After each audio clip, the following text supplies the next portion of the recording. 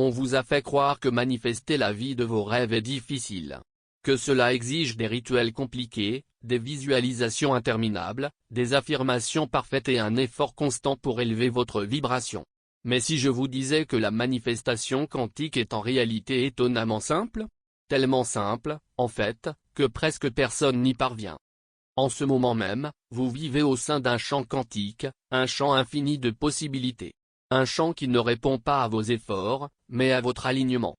Pourtant, la plupart des gens abordent la manifestation comme s'il s'agissait d'une guerre. Ils tentent d'écraser leur réalité actuelle par la seule force de leur volonté. Ils répètent des affirmations auxquelles ils ne croient pas, visualisent des résultats dont ils doutent profondément et se forcent à penser positivement alors que leur corps est encore prisonnier de la peur, du manque et du stress. Et c'est là que tout se bloque. Car dans le monde quantique, forcer les choses crée des frictions. Allons à l'essentiel et simplifions les choses. La manifestation quantique ne consiste pas à obtenir ce que l'on veut, mais à transcender la réalité dans laquelle on le possède déjà. Il ne s'agit pas de changer le monde extérieur en premier lieu, mais de devenir le signal intérieur qui attire ce monde à soi. Le champ quantique renferme toutes les possibilités, succès et échecs, abondance et pénurie, amour et solitude, santé et souffrance. Tout existe déjà sous forme d'onde de probabilité. Mais voici le point crucial, l'onde ne se concrétise dans votre réalité vécue que lorsqu'elle rencontre un observateur cohérent. Et cet observateur, c'est vous, votre attention, votre concentration, vos émotions. Ce sont elles qui façonnent la réalité. Le problème?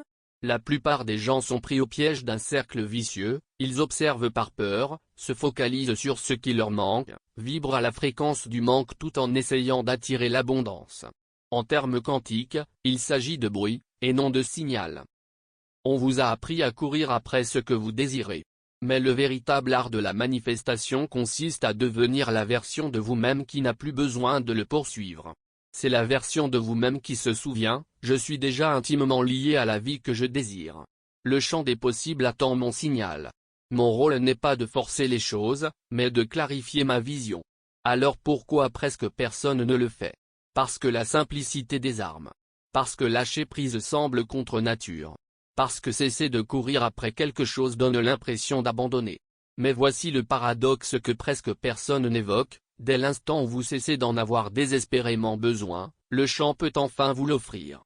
Pensez à un moment où quelque chose vous est arrivé sans effort. Vous avez rencontré la bonne personne par hasard. Une opportunité inattendue s'est présentée.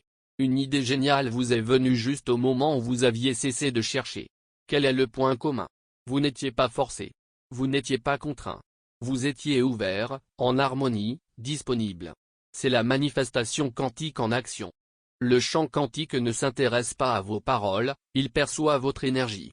Vous pouvez répéter « je suis riche » 1000 fois, mais si votre corps transmet encore la peur, si votre cœur est crispé par le manque, si votre système nerveux est dépendant de la lutte, le champ vous renverra ce même chaos. Non par cruauté, mais par précision.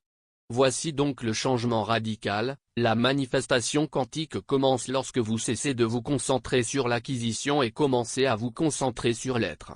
Vous devenez le signal. Vous incarnez la vibration. Vous laissez votre état vous guider, et non l'effort. Mais cela soulève une question fondamentale, à quoi le champ quantique réagit-il réellement? Aux pensées? Aux émotions?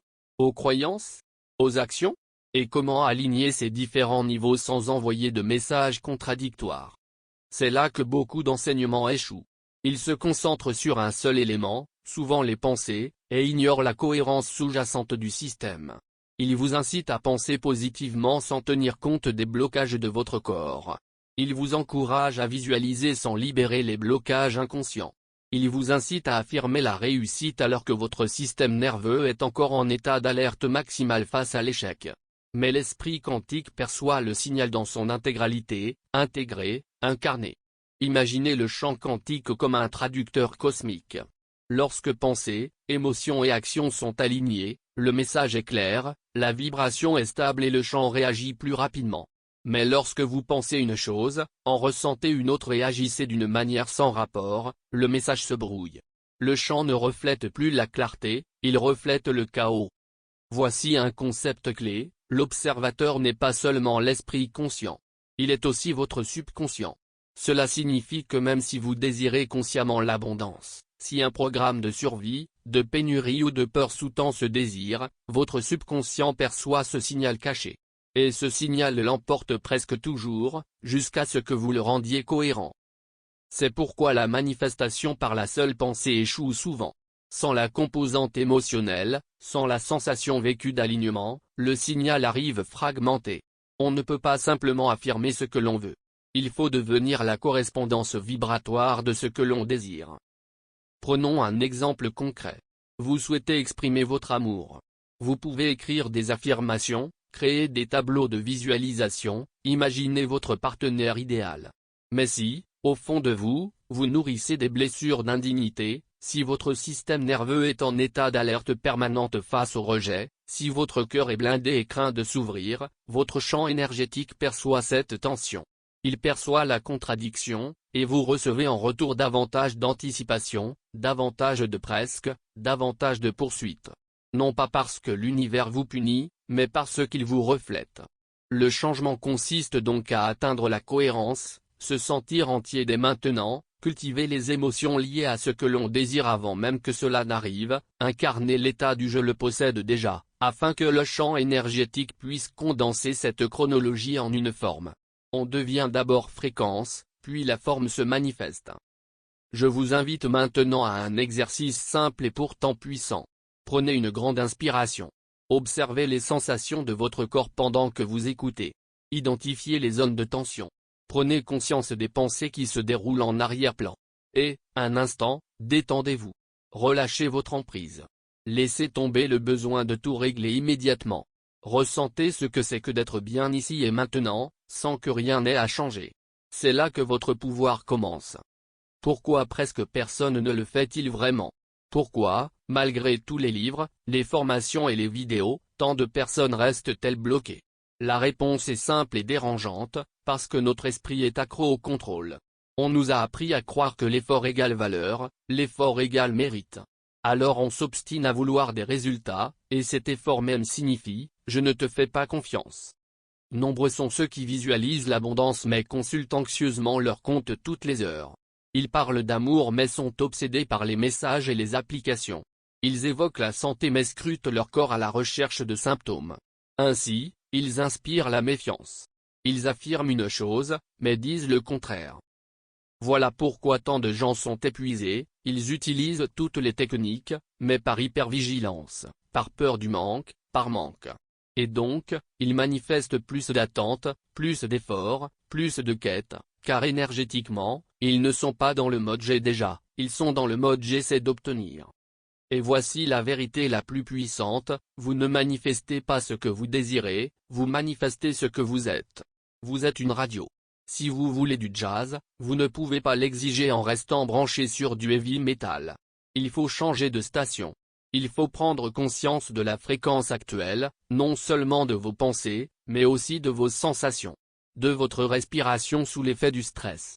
Des pensées qui tournent en boucle. Le changement commence lorsqu'on interrompt le schéma, non pas par la force brute, mais par des micro-pratiques corporelles, une respiration au milieu de l'anxiété, une main sur le cœur en cas de doute, une question qui brise le pilote automatique, que ferait maintenant la version de moi qui possède déjà cela? Et puis un petit geste à partir de cet état. La cohérence, c'est quand les pensées, les émotions et les actions convergent. C'est cesser de dire une chose, d'en ressentir une autre et d'en faire une troisième.